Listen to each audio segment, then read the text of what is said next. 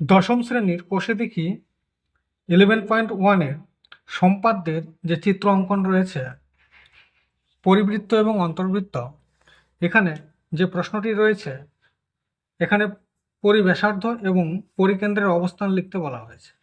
প্রথমত প্রশ্নটিতে এখানে পরিবৃত্ত অঙ্কন করতে হবে, পরিকেন্দ্রের অবস্থান এবং পরিব্যাসার্ধ লিখতে হবে। প্রথম প্রশ্নটি দেওয়া আছে একটি সমবাহু ত্রিভুজের প্রতিটি বাহুর দৈর্ঘ্য 6 সেমি। 6 সেমি বাহু বিশিষ্ট একটি ত্রিভুজ আঁকতে হবে, এরপর তার পরিবৃত্ত অঙ্কন করতে হবে। তাহলে আমরা ছবিটি এঁকে নিই।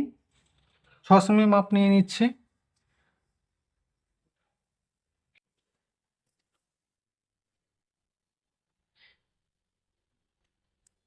ঠিক একই মাপে আমরা বাকি দুটো বাহু অঙ্কন করব।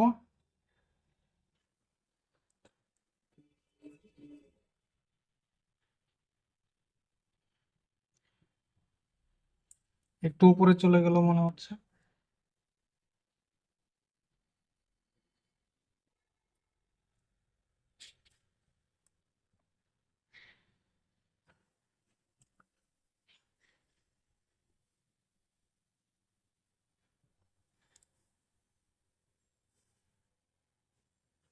ছ সেমি বিশিষ্ট সমবাহু ত্রিভুজটি আমাদের আঁকা হয়ে গেল। ত্রিভুজটির নাম দিয়ে দিচ্ছি এ বিন্দু, বি শীর্ষবিন্দু, সি শীর্ষবিন্দু। পরিবৃত্ত অঙ্কন করার জন্য দুটি বাহুকে আমরা সমদ্বিখণ্ডিত করব।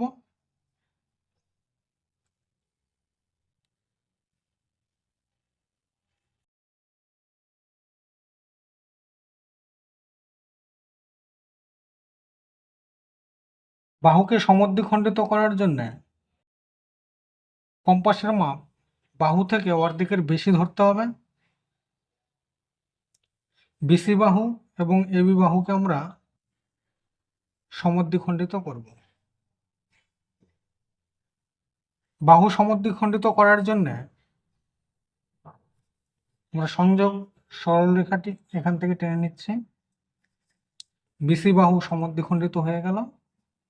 এবার এবি বাহুকে সমদ্বিখণ্ডিত করা হচ্ছে।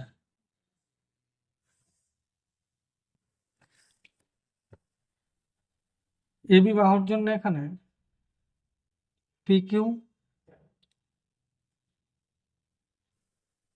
এবং বিসি বাহুর জন্য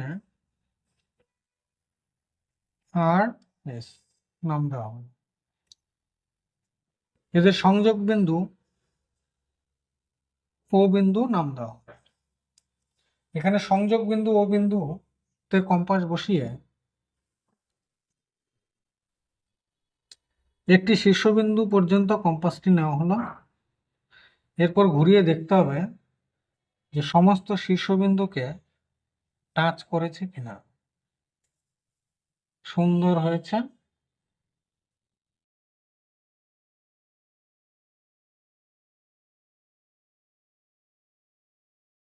আমাদের ছবিটি এরকম হবে।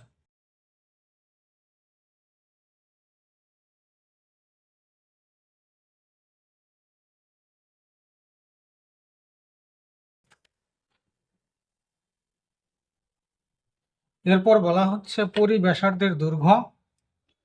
পরিব্যাসার্ধের দৈর্ঘ্যের জন্য আমরা এখান থেকে বি শীর্ষবিন্দুতে স্কেল বসিয়ে এখান থেকে মাপ দেখে নিচ্ছি।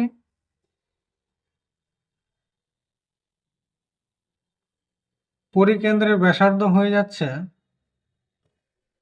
3.5।